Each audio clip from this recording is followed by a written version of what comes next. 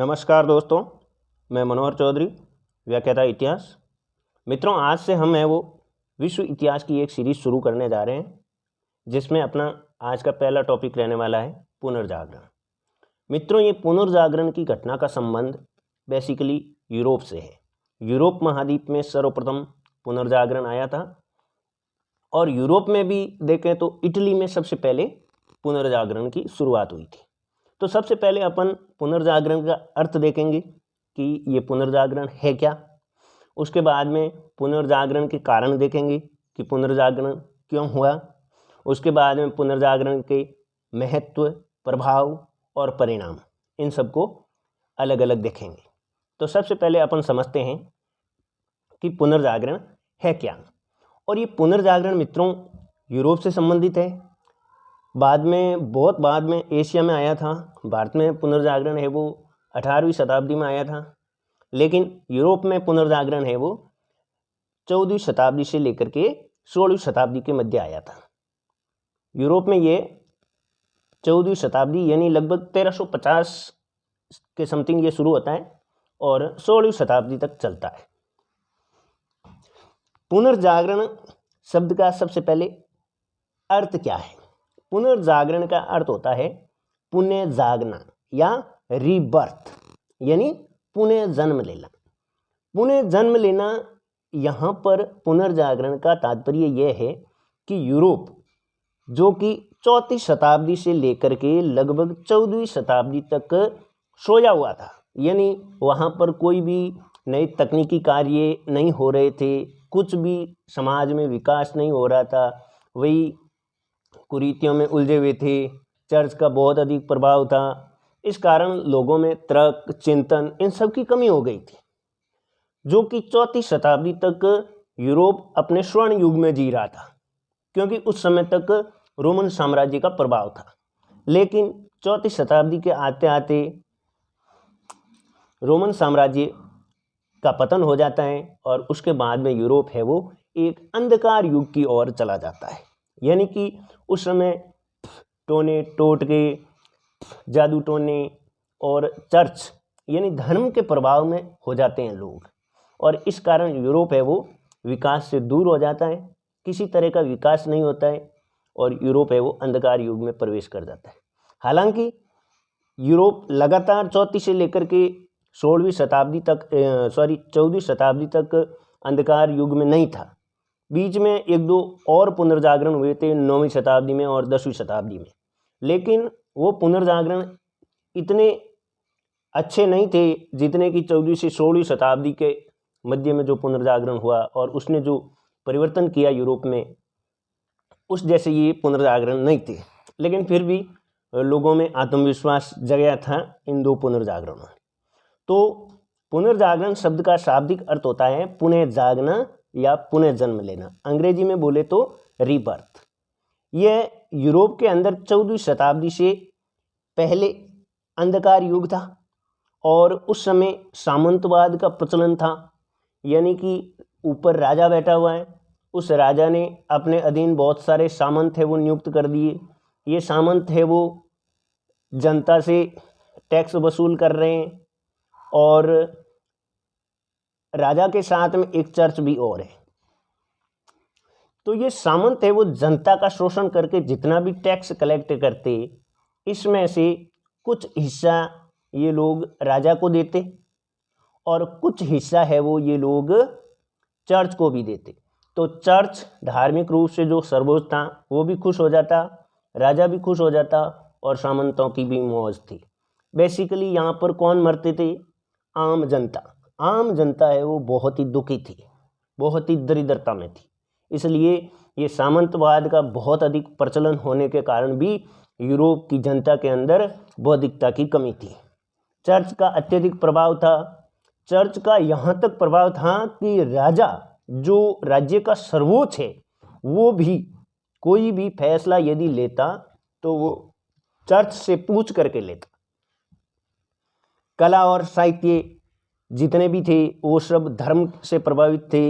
यानी कला के अंदर चाहे आप चित्रकला का उदाहरण ले लें तो चित्र भी ऐसे बनाए जाते थे जो चर्च उनको उपयुक्त समझे। यानी धार्मिक हो गए थे सब कुछ। विज्ञान का अस्तित्व नहीं था, विज्ञान की कोई बात भी कर देता तो चर्च के खिलाफ माना जाता इसे, और चर्च है वो उसे यहाँ तक कि जिंदा जलाने का आदेश दे सकता था। तर्क चिंतन का कोई महत्व नहीं था, इनका पूरी तरह अभाव था। पारलौकिक जीवन को चर्च के अनुसार सबसे ज़्यादा अहमियत देनी चाहिए, यानी कि मनुष्य को इस जन्म में अपने कर्म इस तरीके से करने चाहिए, चाहे मनुष्य को इस जन्म में अत्यधिक दुख भी सहन करना पड़े तो उसे मनुष्य को करना चाहिए, लेकिन अपने परलोक को सही तरीके से मतलब बना लें, जिससे कि मनुष्य की मृत्यु के बाद में जब मनुष्य परलोक यानी स्वर्ग जाएगा तो वो सुखी रह सके। तो पारलौकिक जीवन में लोग उलझे हुए थे जिसका कोई अता पता ही नहीं था, तो लोग है वो भौतिकवाद से दूर थे। इस तरीके से यूरोपीय लोग बहुत ही दुखी थे। इसे बेसिकली डार्क एज कहा जाता है, और ये डार्क एज है वो 14वीं से लेकर के 34 से लेकर के 14वीं शताब्दी तक चला था। लेकिन इसके बीच में 2 पुनर्जागरण और हुए थे, जो कि पहला हुआ था 9वीं शताब्दी के अंदर कोरोलिंजियन पुनर्जागरण, और 10वीं शताब्दी में होता है ओटोनियन पुनर्जागरण। लेकिन इन दोनों ही पुनर्जागरणों ने यूरोप में इतना प्रभाव नहीं डाला जितना कि 14वीं शताब्दी के अंदर हुए पुनर्जागरण ने डाला था।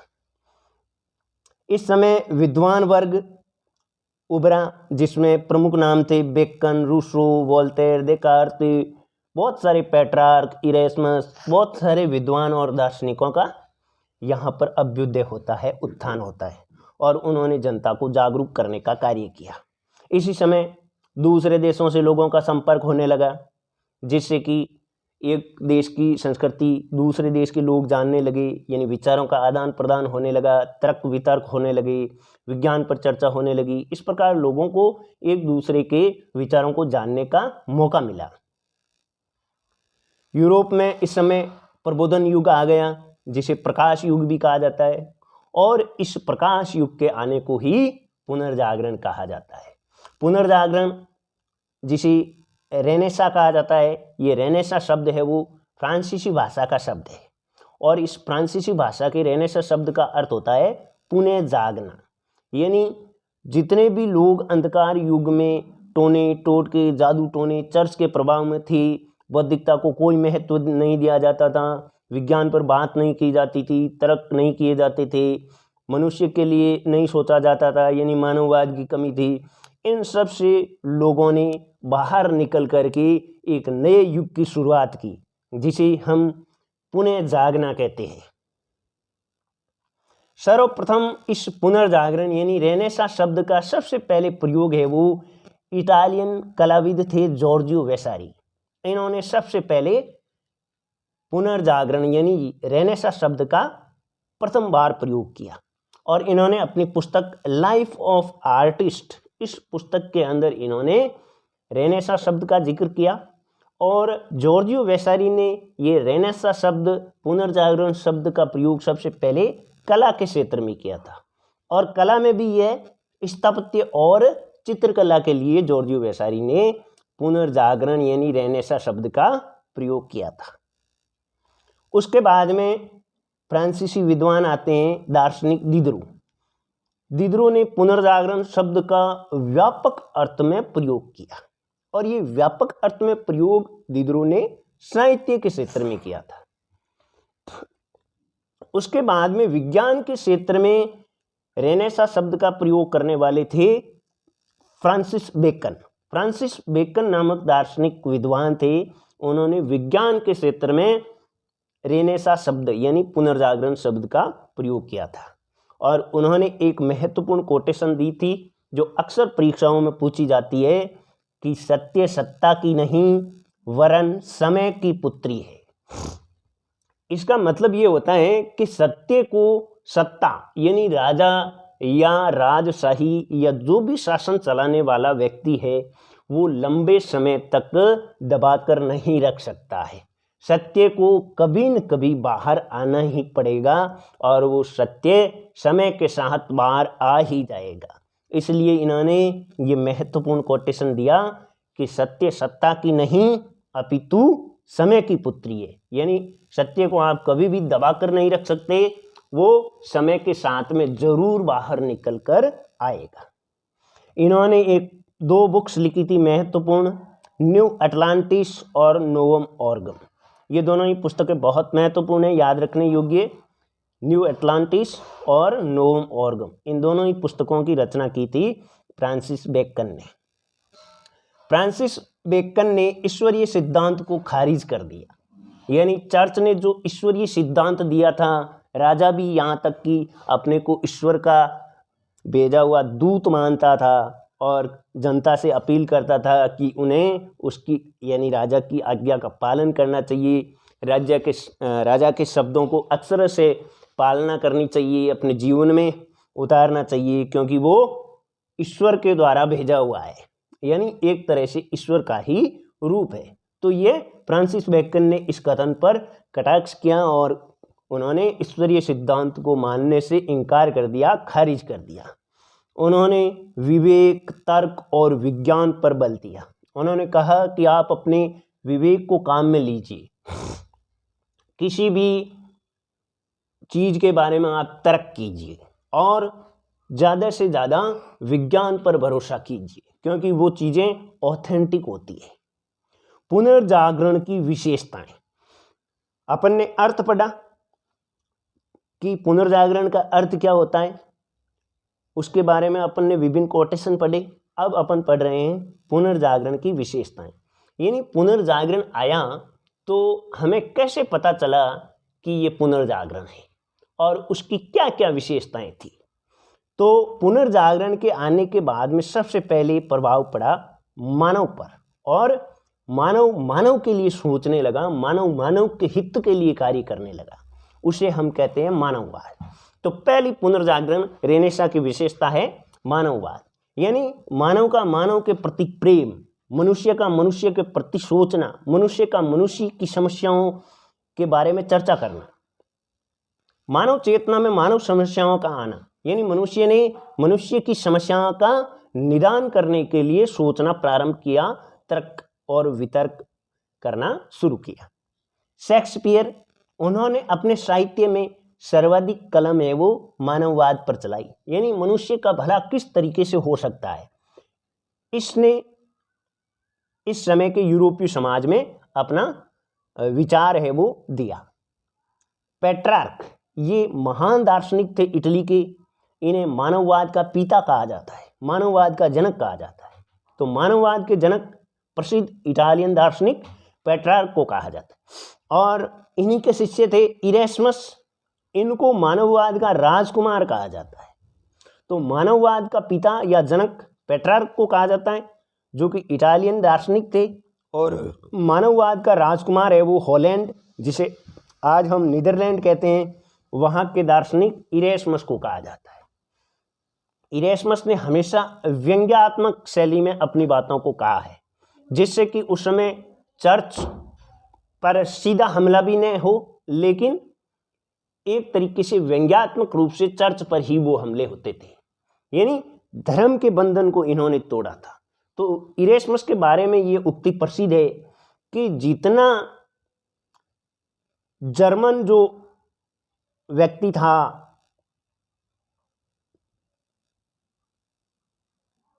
मार्टिन लूथर, उस मार्टिन लूथर के आंदोलन ने, जो कि धर्म सुधार के लिए आंदोलन कर रहे थे, उनके धर्म सुधार आंदोलन ने जितना चर्च पर आघात नहीं किया, उससे ज़्यादा नुकसान तो इरेस्मस ने अपने व्यंग्यात्मक शैली में जो लेखन किया, उसने चर्च को बहुत अधिक ठेस पहुंचाई, बहुत अधिक नुकसान किया था।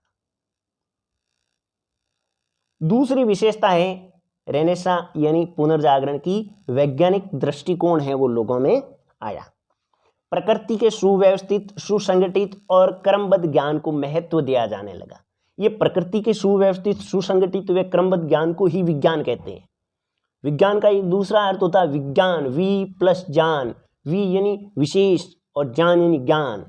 विशेष ज्ञान को विज्ञान कहते हैं, यानी इस समय इस ज्ञान के लिए और किसी भी चीज के ज्ञान, वैसे जैसे हम प्रकृति का ले लें तो प्रकृति के सुव्यवस्थित, सुसंगठित और क्रमबद्ध यानी कुछ निश्चित उद्देश्यों को और चरणों को लेकर के यदि अध्ययन किया जाए और उसका रिजल्ट है वो सार्वभौमिक हो, तो इस तरीके के जो अध्ययन होते हैं वो वैज्ञानिक अध्ययन कहलाते हैं।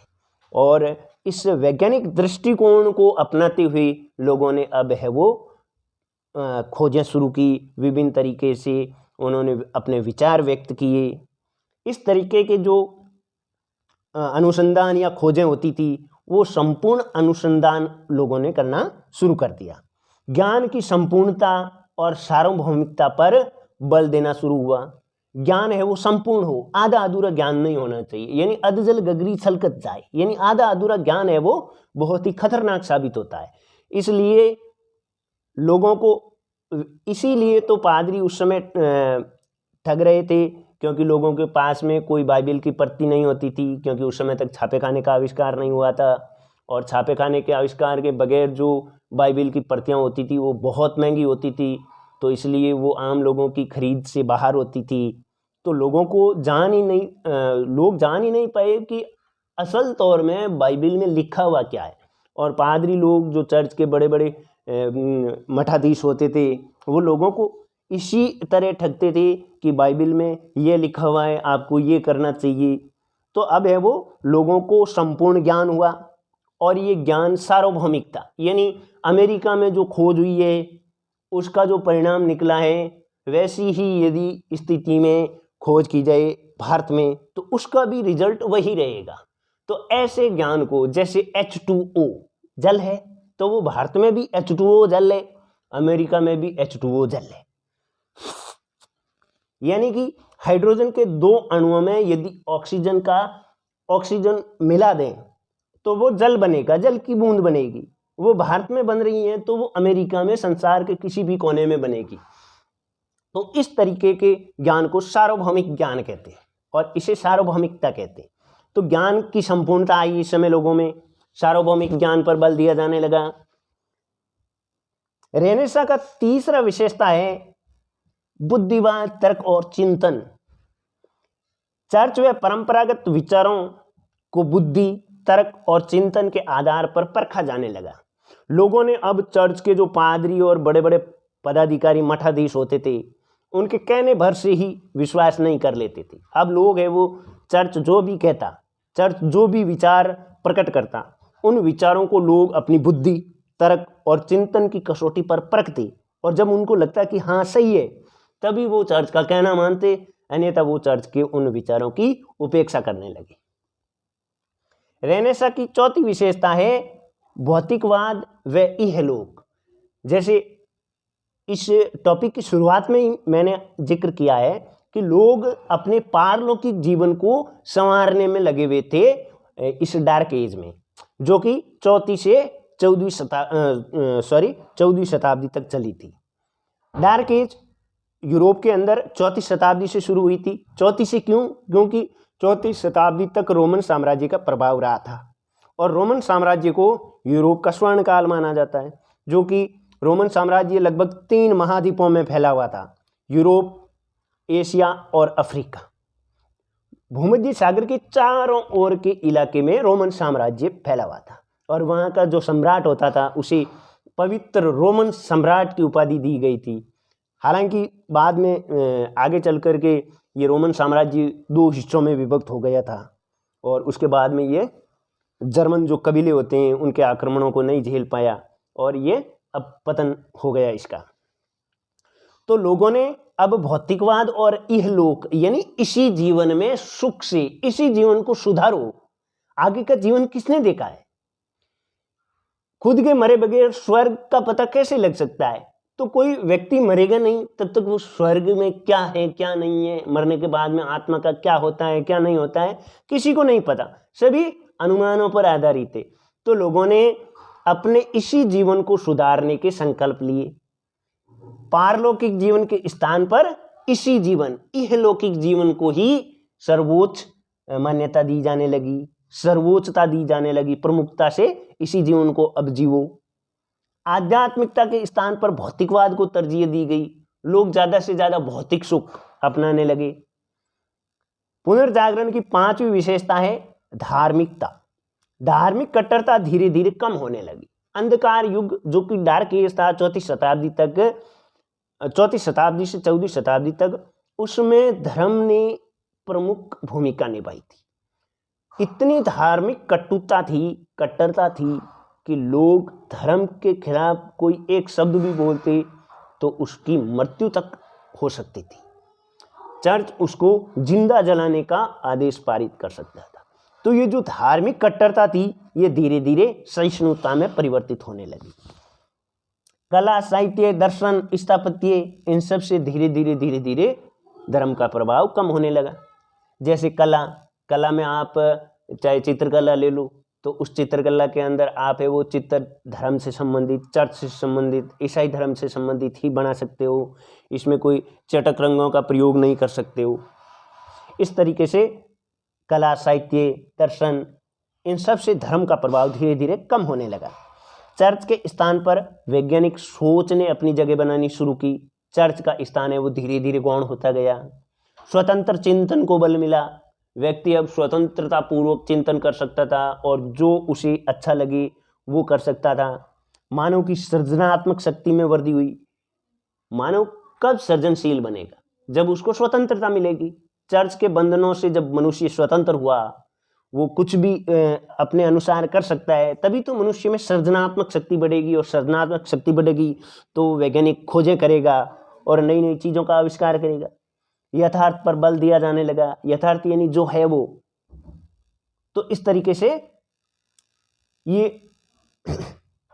पुनर्जागरण की विशेषताएं थी।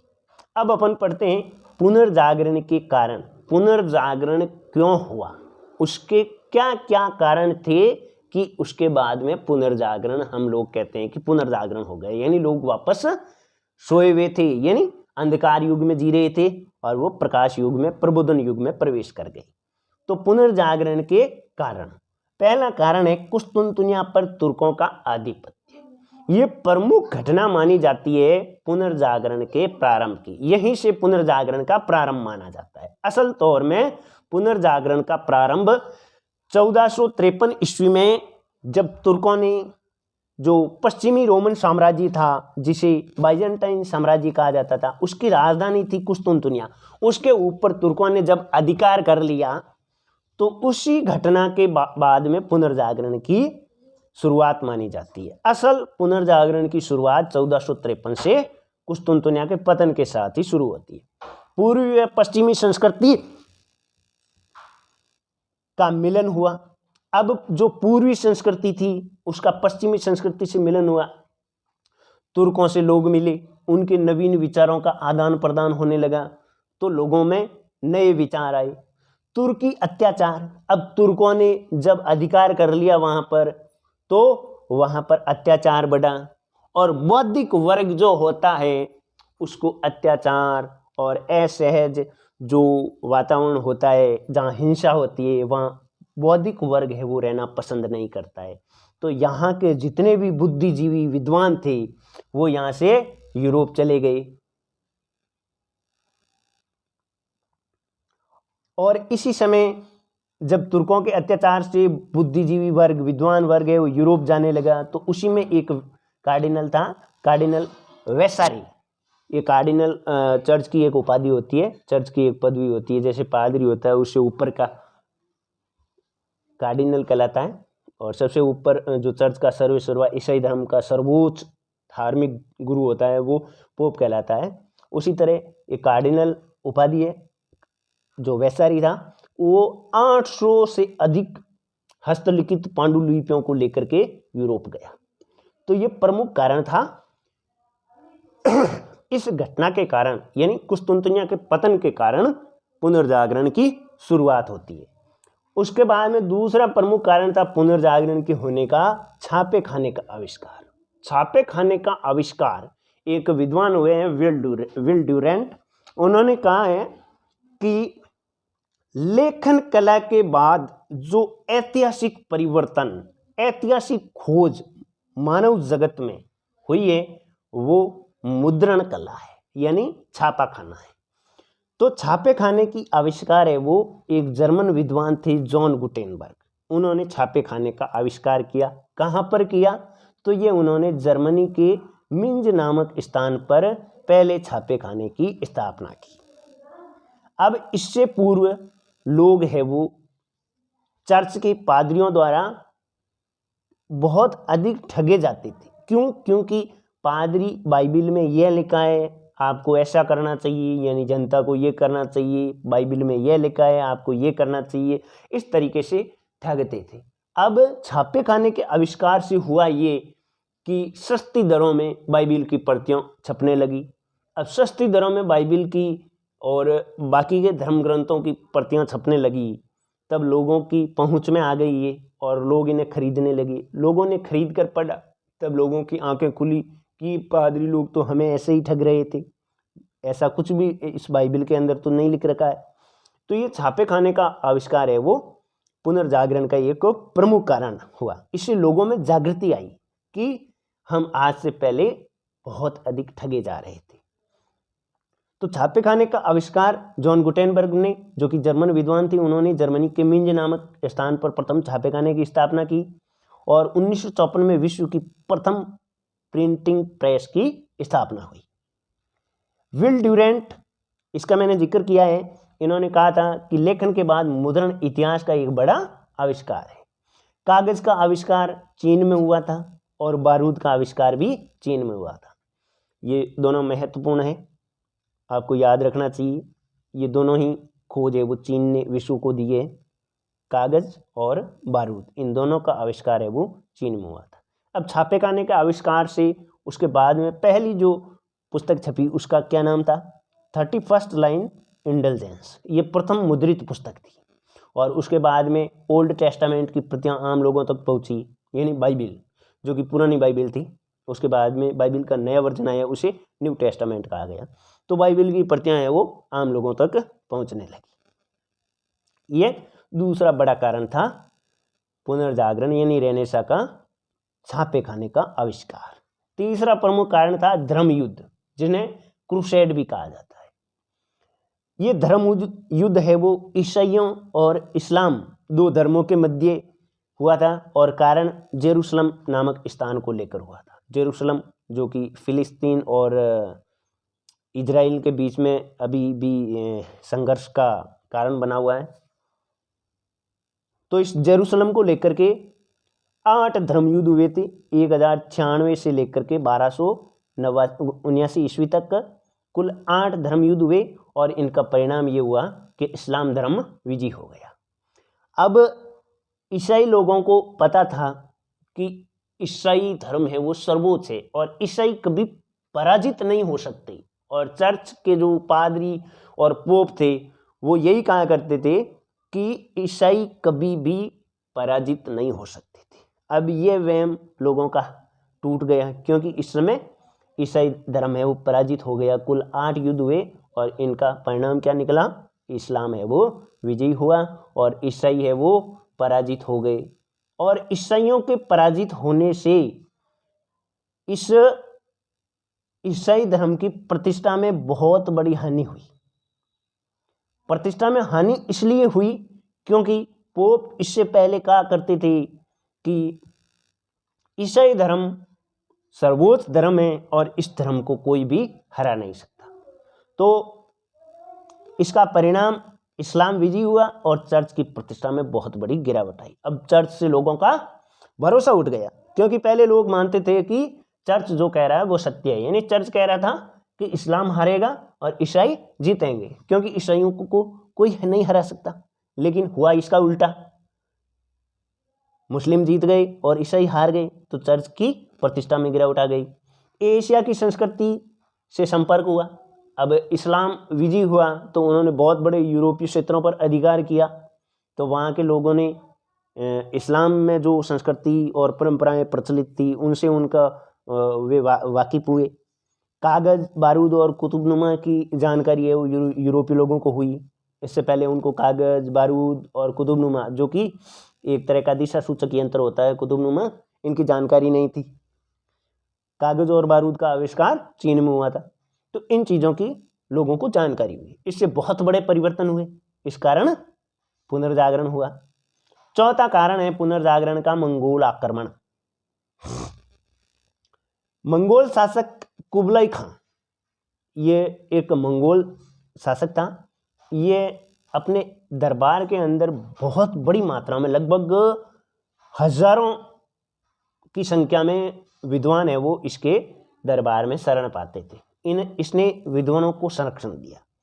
इस समय 1273 ईस्वी में कुबलाई खां के दरबार में एक इटालियन विद्वान यूरोप से पहुंचते हैं और उन्होंने इस दरबार की भव्यता और वहाँ की संस्कृति, चाल चलन, विचारों आदि को आकर के यूरोपीय लोगों को बताया। तो इस मंगोल आक्रमण के कारण भी पुनर्जागरण में बहुत बड़ा एक कारण हुआ था। स्कॉलिस्टिक विचारधारा, ये एक मिश्रित विचारधारा थी जिसके अंदर तर्क को भी मान्यता दी जाती है और धर्म को भी। तो ये इसको पांडित्यवादी विचारधारा भी कहा जाता है। दूसरे शब्दों में तर्क व धार्मिक विचारों का मिश्रण है। यानी जैसे ये स्कॉलिस्टिक विचारधारा जहाँ अरस्तु के तर्क को स्वीकार करती है, वहाँ सेंट ऑगस्टाइन के धार्मिक विचारों को भी स्वीकार करती है। सेंट ऑगस्टाइन जो कि ईसाई संत थे, जिन्होंने अफ्रीका में जाकर के ईसाई धर्म का प्रचार प्रसार किया था, और इन्होंने एक प्रसिद्ध पुस्तक लिखी थी जो आगे सिटी ऑफ गॉड। तो सेंट ऑगस्टाइन ने लिखी थी ये city of God. Roger Bacon ने कहा था कि मेरा बस चले तो मैं अरस्तु के संपूर्ण साहित्य को ही जला दूं। यानी अरस्तु से ये रोजर बेकन इतना चिढ़ते थे। छठा कारण है पुनर्जागरण का, नगरों का विकास हुआ। और नगरों का विकास होने के कारण लोगों में शहरी जीवन के प्रति लोगों में आकर्षण पैदा हुआ। लोग गांवों को छोड़ करके शहरों की ओर पलायन करने लगे, जिससे वहाँ पर रोजगार बढ़ गया, वहाँ नई नई फैक्ट्रियाँ लगी। मध्यम वर्ग का इससे उदय हुआ, एक नए वर्ग का उदय हुआ जिसे मध्यम वर्ग कहा जाता है। इसके बाद में सामंतवाद का पतन हो गया। सामंतवाद का धीरे धीरे ह्रास होने लगा, जिससे कि लोग है वो स्वतंत्र होने लगे। इससे पहले सामंतवाद में लोगों का जीवन है वो बहुत ही दयनीय था। लोग बहुत ही गरीबी में बदहाल जीवन जी रहे थे। व्यापार वाणिज्य में इससे बहुत बड़ी उन्नति हुई, जिसने पुनर्जागरण में एक महत्वपूर्ण भूमिका निभाई। भौगोलिक खोजें हुई, जिससे लोगों का नए नए देशों के साथ में, नई नई संस्कृतियों के साथ में संपर्क हुआ। इस कारण ये 10 मूल कारण थे जिसके कारण है वो पुनर्जागरण हुआ था। अब पुनर्जागरण है वो इटली में ही क्यों हुआ, बाकी के यूरोप में क्यों नहीं हुआ? तो इसके भी कुछ मूल कारण हैं। पुनर्जागरण इटली में ही क्यों हुआ? और पुनर्जागरण का टाइमिंग था 1350 से लेकर के 1550 ईस्वी तक, यानी कि बेसिकली 14वीं शताब्दी से लेकर के 16वीं शताब्दी। 14वीं शताब्दी कहाँ से शुरू होती है? 1301 से, और 16वीं शताब्दी का एंड 1599 यानी 1600 तक। पुनर्जागरण इटली में क्यों हुआ? इसका पहला कारण था भौगोलिक अवस्थिति, यानी इटली की भौगोलिक स्थिति। इसे यूरोप का प्रवेश द्वार कहते हैं। इटली को भूमध्य सागर की रानी कहते हैं, क्योंकि ये एकदम भूमध्य सागर के बीचों बीच में निकला हुआ, एक जूते की भांति निकला हुआ है। इसका आकार ऐसा है। एशिया के परिप्रेक्ष्य में इटली की भौगोलिक अवस्थिति, एशिया से जब जलमार्ग के माध्यम से आओ तो भी पहले इटली आएगा, थल मार्ग से आओ तो भी पहले इटली आएगा। तो इटली की भौगोलिक परिस्थिति है वो इटली के अंदर ही, जो भी व्यक्ति यूरोप आना चाहता है वो सबसे पहले इटली में आता है। और इटली में ही क्यों आता है? क्योंकि वहाँ के नगर फ्लोरेंस, रोम, ये प्रसिद्ध नगर थे उस समय, इसलिए लोगों का आकर्षण था, भौगोलिक अवस्थिति थी, इसलिए पुनर्जागरण है वो इटली में ही होता है। दूसरा है रोमन साम्राज्य का केंद्र था ये। पहले जो 4वीं शताब्दी तक रोमन साम्राज्य चला था, जो कि 3 महाद्वीपों में फैला हुआ था, यूरोप, एशिया और अफ्रीका। उत्तरी अफ्रीका में, पश्चिमी एशिया में, और लगभग पूरे यूरोप में उत्तर के कुछ कबीलाई हिस्सों को छोड़ करके। इसका पतन हुआ, उसके बाद में कुस्तुनतुनिया का पतन हुआ और यूरोप है वो डार्क एज में चला गया। फिर कुस्तुनतुनिया के पतन से पुनर्जागरण की शुरुआत होती है। तो रोमन साम्राज्य का केंद्र भी इटली था, इस कारण पुनर्जागरण भी यहाँ हुआ। क्यों? क्योंकि लोगों ने कल्पना की कि सब पहले अपना जीवन है वो रोमन साम्राज्य के समय हम कितने विकसित थे, यहाँ इतना विकास हुआ था, यहाँ की संस्कृति इतनी फलती फूलती थी। इस कारण भी रोमन साम्राज्य का केंद्र होने के कारण भी इटली में ही सबसे पहले पुनर्जागरण होता है। सर्वाधिक नगर भी इटली में ही थे, जैसे रोम जो कि रोमन साम्राज्य की राजधानी थी, वेनिस फ्लोरेंस, फ्लोरेंस को तो विद्वानों की नगरी कहा जाता है। मिलान, ये प्रसिद्ध शहर थे जहाँ पर व्यापार वाणिज्य बहुत अच्छी कंडीशन में था। इस कारण इटली में ही है वो रेनेसा होता है, पुनर्जागरण होता है।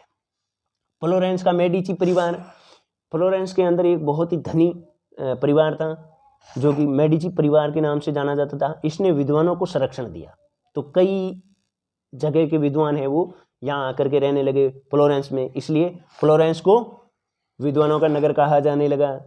लोरेंजो मैग्निफिसेंट नामक एक धनी व्यापारी था जिसने विद्वानों को बहुत अधिक प्रोत्साहन दिया और इसने सहायता भी की विद्वानों की, जिससे विद्वानों ने समाज में परिवर्तन लाने का कार्य किया। मैनर प्रणाली का कमज़ोर हो जाना, जो इससे पहले सामंतवाद के अंतर्गत मैनर प्रणाली थी, लॉर्ड प्रणाली, उसका कमज़ोर होना। बेसिकली ये मैनर प्रणाली और सामंतवाद एक ही चीज़ है, तो इसका कमज़ोर पड़ जाना भी तो ये सबसे पहले इटली में ही कमज़ोर पड़ी, इस कारण इटली में पुनर्जागरण होता है। शक्तिशाली मध्यम वर्ग का उदय हो गया, तो अब इस शक्तिशाली मध्यम वर्ग के उदय के कारण उदय भी सबसे पहले इटली में हुआ था, इस कारण ही इटली में सर्वप्रथम पुनर्जागरण हुआ। भौतिकवाद व उपयोगितावाद, जैसे ये बाकी के सारे कारक है तो इसलिए भौतिकवाद और उपयोगितावाद की बात भी लोग यहीं करेंगे। पारलौकिक जीवन को छोड़ दिया गया लोगों के द्वारा, क्योंकि लोगों के पास पैसा आ गया, व्यवसाय है, उद्योग है, सब कुछ है, तो लोगों के पास में पैसा आने से लोग है वो इस लोक में ही खर्च करेंगे, और खर्च करेंगे तो लोगों के पास में दूसरे लोग जो सामान की डिमांड बढ़ेगी, तो निश्चित तौर पर ये सब कुछ है वो इटली के अंदर ही सबसे पहले हुआ था। अब यहाँ के एक प्रमुख नगर था फ्लोरेंस और पुनर्जागरण। फ्लोरेंस का पुनर्जागरण को लेकर के क्या तादात्म्य था, क्या संबंध था? तो सबसे पहले पुनर्जागरण की शुरुआत है वो यहीं से मानी जाती है, यानी फ्लोरेंस से। सर्वप्रथम मध्यम वर्ग का उदय भी फ्लोरेंस में ही हुआ, या इसे विद्वानों की नगरी भी कहा जाता है। फ्लोरेंस में ही मेडिची परिवार था जिसने बहुत अधिक विद्वानों को संरक्षण दिया, इस कारण है वो फ्लोरेंस है वो बहुत सारे विद्वान आए, जैसे Leonardo da Vinci, Michael Angelo, Lorenzo वल्ला, लिपि, बुकाशियो, पेट्रार्क, दांते, मैकियावेली, डोनाटेलो आदि विद्वान है वो यहाँ आकर के मेडिची परिवार के संरक्षण में रहे। अब आगे है पुनर्जागरण का प्रभाव। तो दोस्तों पुनर्जागरण का प्रभाव है वो अपन नेक्स्ट वीडियो में करेंगे। तब तक आप इस वीडियो को आराम से देखिए, कमेंट कीजिए, लाइक कीजिए और आप सुझाव ज़रूर दीजिए, जिससे कि मुझे मोटिवेशन मिलता रहे कि मेरा काम कैसा है। आपका सजेशन है वो उसका इंतज़ार रहेगा। तब तक के लिए जय हिंद, जय भारत।